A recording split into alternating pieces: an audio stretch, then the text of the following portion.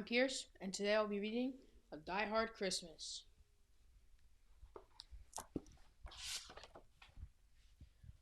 'Twas the night before Christmas, and up in the tower, everyone was partying except one wallflower. John McClane missed his wife. Things just weren't the same since Holly had moved west and changed her last name. He tried to win her back, but still she said no. Well, be unnoticed to them, there was trouble below.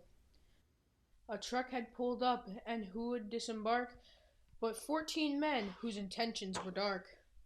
They spoke not a word and unloaded big crates. They cut the phone lines and locked all the gates.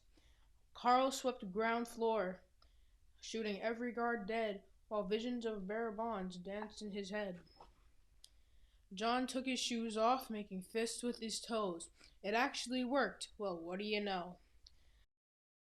When out in the lobby there were across such a clatter, he sprung to the door to see what was the matter.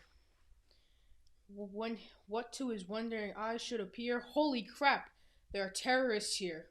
John hid under a table where no one could see and watched Hans question Mr. Takagi. I'm going to count to 3. There will not be a 4. Give me the codes to open the vault door. I don't know the codes, so go ahead and shoot. Okay, said Hans Gruber, and ruined Takagi's suit. John tried to call the cops by pulling an alarm, but instead called the bad guys who tried to cause him harm. But John killed Tony, who had very small feet, and sent him to the terrorists as a Yuletide treat. He put a Santa hat on the German and the eyes aglow, wrote, "Now I have a machine gun, ho ho ho." Carl was furious. Tony was his brother. He chased John across the roof, and they shot at each other. John was able to escape through the ventilation shafts. Come out to the coast, he sighed. We'll have a few laughs. At Nakatomi Tower, Sergeant Powell appeared.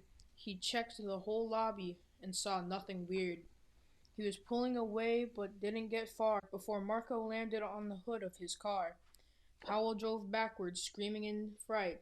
"Welcome to the party, pal," John yelled with delight. More police arrived, the FBI and a SWAT team, but Hans didn't mind. It was all part of his scheme. More rapid than eagles, his henchmen they came, and radioed and shouted and called them by name. Now Eddie, now James, now Franco, now Yuli, on Fritz, on Carl, long hair and unruly. They shot at the SWAT tank with a surface-to-air missile and knocked it away like a down of a thistle. Now Tom McClane was angry indeed. He blew up 2 terrorists and called them jerkweed. Ellis told Hans, "Bubby, I'm your white knight." Hans shot him dead, giving the hostages a fright. Hans went to go check on the explosive fuse and saw that poor John wasn't wearing any shoes. John fled from Carl and Hans, but alas, he had run on barefoot over sharp broken glass. His feet, how they hurt, his soles oh so bloody. John crawled to the bathroom and called his good buddy. John was weary and ready to throw in the towel until he got a pep talk from Sergeant Al Powell. Powell was a chubby and plump, a right jolly old cop, and he trusted the cowboy in his tattered tank top. But a reporter was probing into McClane's wife and revealed that Holly was actually John's wife. Hans quickly flipped over the gold picture frame. "It's a pleasure to meet you, Mrs. McClane." His clothes all tarnished with ashes and soot, John staggered up the roof, bloody and barefoot. The explosives were wired on the rooftop with care in hopes that the hostages soon would be there. John warned everyone the roof would soon blow, as the choppers shafted him with a high-powered ammo. Around his waist he tied a fire hose tight, and screaming an oath, jumped into the night. He dangled in the air and gritted his teeth while the flames encircled the tower like a wreath. Fiercely fighting his way back inside, John yelled out, "Hans!" He was done trying to hide. He limped into the vault like an old man on crutches, only to find Holly in his filthy clutches.